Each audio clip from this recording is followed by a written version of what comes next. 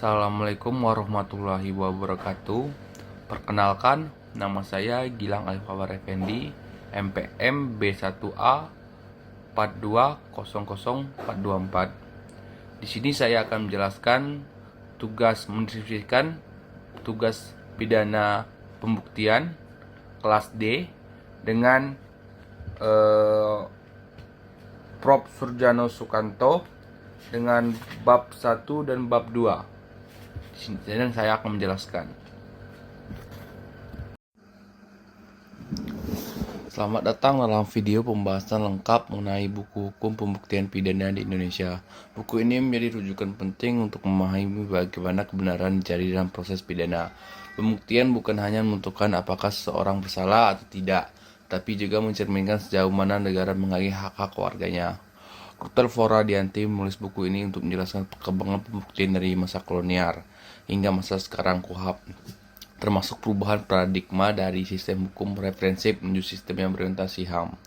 Dalam pembahasan 1 jam ini, kita akan menyusuri filosofi pembuktian pidana, sejarah HR dan KUHP, sistem pembuktian di berbagai negara dan Indonesia, alat bukti secara rinci, peran hakim, beban pembuktian, illegal evidence, perbandingan lengkap HR versus KUHP, analisis kasus, kelemahan KUHP, rekomendasi reformasi. Bagian 1. Filosofi dan hakikat pembuktian pidana. Pembuktian pidana sebagai jantung hukum pidana. Pembuktian adalah proses untuk menunjukkan bahwa tidak pidana benar-benar terjadi dan terdakwalah pelakunya. Tanpa pembuktian yang benar, sistem hukum kehilangan legitimasi. Dr. Flora menegaskan bahwa pembuktian adalah titik paling kritis dalam keseluruhan proses hukum, karena satu kesalahan pembuktian dapat menghancurkan hidup orang. Hakim dapat menilai alat bukti bisa direkayasa, penyidik bisa melakukan penyimpangan, terdakwa bisa menerima perlakuan tidak manusiawi. Karena itu, pembuktian harus ketat, objektif, dan transparan. Yang kedua, tujuan utama kebenaran material, yaitu kebenaran yang sesungguhnya bukan sekedar formalitas. Tujuan lain, menjamin proses pengadilan yang adil, menghindari kesewenang-wenangan negara, melindungi hak-hak tersangka terdakwa, memberi kepastian hukum pada korban menjadi dasar putusan hakim. Pembuktian dan HAM. KUHP memberi tempat penting bagi perlindungan HAM. Dalam pembuktian, terdakwa berhak diam, tidak ada dapat dipaksa mengakui perbuatan, pengakuan yang diperoleh dari kekerasan adalah batal, penyiksaan dilarang mutlak. HR tidak memberikan perlindungan ini.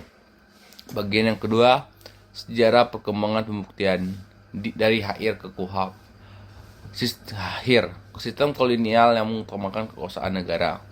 HR dibuat oleh pemerintahan kolonial Belanda sebelum Indonesia merdeka. Karakter utamanya sistem ekuatorial, negara dominan, penyidik tertutup, terdakwa tidak punya banyak hak, tidak ada batas waktu penahanan, pengakuan dianggap bukti sangat kuat, polisi memegang peran sentral tanpa kontrol ketat. HR mengutamakan kepentingan penjajah, bukan keadilan bagi rakyat lokal. Kedua, kelemahan HR tidak manusiawi, minim akuntabilitas, tidak ada aturan bantuan hukum, tidak melindungi saksi korban, tidak relevan dengan struktur masyarakat modern. Yang ketiga, lahirnya KUHP 1981, tonggak pembaruan.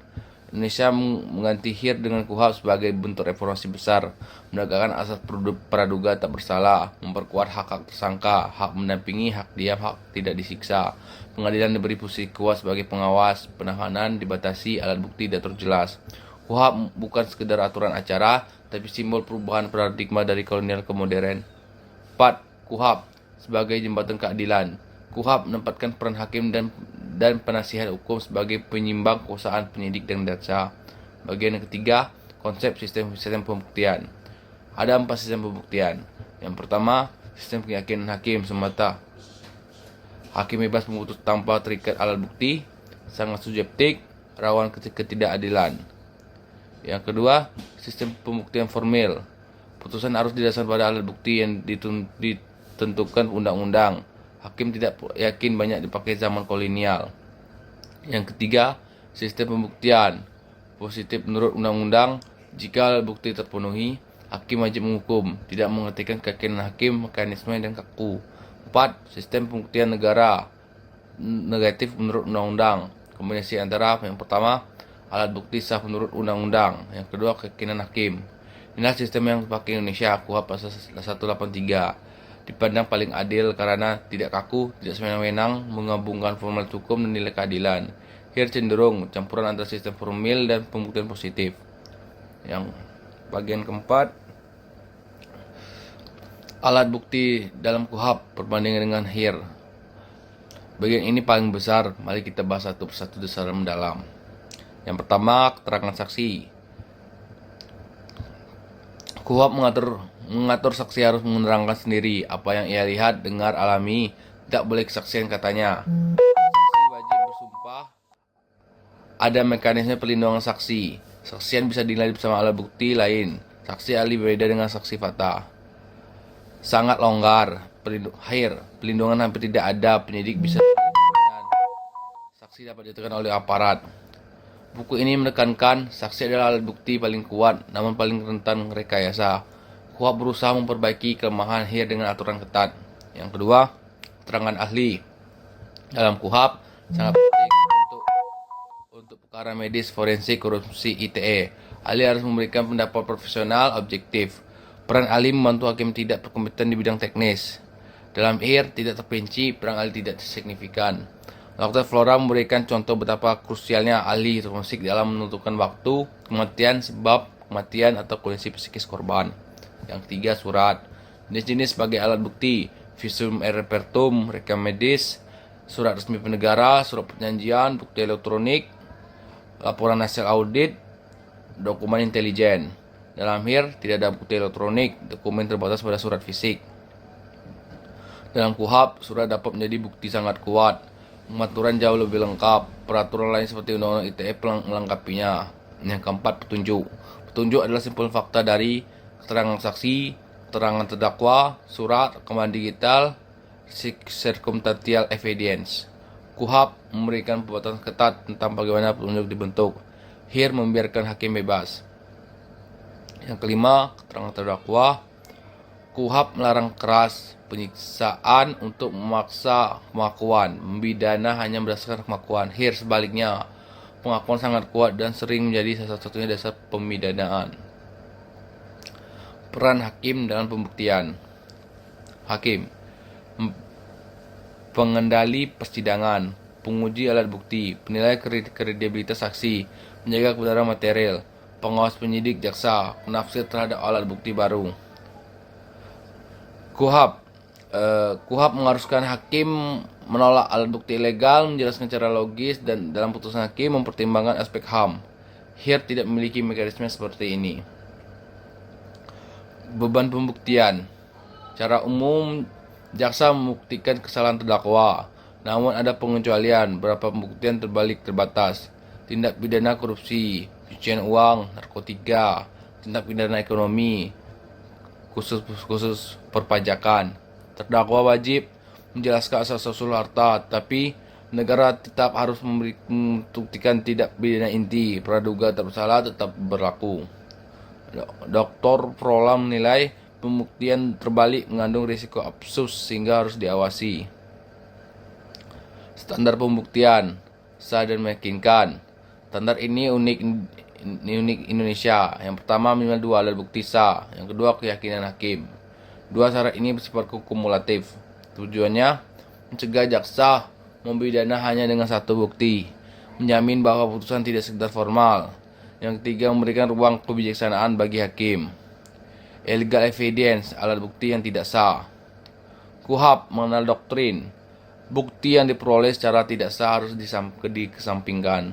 Contoh bukti ilegal: penyiksaan, penjebakan tidak wajar, penggeledahan tanpa izin, penyadapan ilegal, pemalsuan dokumen, rekaman tanpa persetujuan sesuai syarat undang-undang. Here tidak mengenal prinsip ini, sehingga dulu penyiksaan sering terjadi. Analisis perbandingan here versus KUHP. Here, Erzin Indonesia's Reglement. Karakter kolonial, referensif, minim perlindungan HAM, tidak jelas soal alat bukti, menunjuk pengakuan, struktur peradilan tidak imbang, penyidik berkuasa absolut. KUHAP, demokratis, berbasis HAM, modern, alat bukti lengkap, pengadilan lengkap pengawas, penyidik tidak lagi absolut, pengakuan bukan raja bukti. Buku ini menjelaskan detail perbedaan alam pikir antara HIR dan KUHAP sebagai refleksi perkembangan sosial hukum di Indonesia. Kelemahan KUHAP masa kini. Menurut Dr. Flora, KUHAP masih punya kekurangan modern. Belum adaptif terhadap bukti digital, mekanisme pelindungan saksi lemah, penyadapan belum diatur sempurna, standar keterangan ahli belum baku, penahanan masih sering disalahgunakan. Tidak ada saksi tegas bagi penyidik nakal, ketentuan tentang rekonstruksi tidak lengkap. Rekomendasi informasi hukum acara pidana. Penulis merekomendasikan yang pertama, revisi KUHAP secara menyeluruh. Yang kedua, penguatan perlindungan saksi dan korban. Yang ketiga, pengaturan alat bukti digital secara komprehensif. Yang keempat, penguatan peran penasihat hukum sejak awal. Yang kelima, pengetatan standar penahanan. Yang keenam, pengaturan penyadapan dalam KUHAP, bukan undang-undang terpisah. Yang ketujuh, pengawasan penyidik dan jaksa agar tidak melakukan penyiksaan. Yang kedelapan, penguatan popularitas ahli forensik dan ahli digital. Yang sembilan, mendorong peradilan cepat namun tetap adil. Revisi ini penting agar Indonesia menjadi sejajar dengan negara-negara maju dalam sistem peradilan pidana. Epilog, buku ini bukan hanya tentang panduan teori, tetapi gambaran lengkap hukum pidana Indonesia dari era kolonial hingga era modern.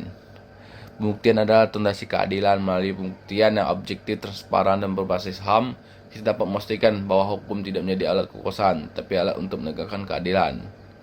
Buku karya Dr. Flora Dianti ini sangat cocok untuk mahasiswa hukum, hakim, jaksa, advokat, penyidik, peneliti, pengajar, dan siapa yang ingin memahami jantungnya hukum pidana pembuktian.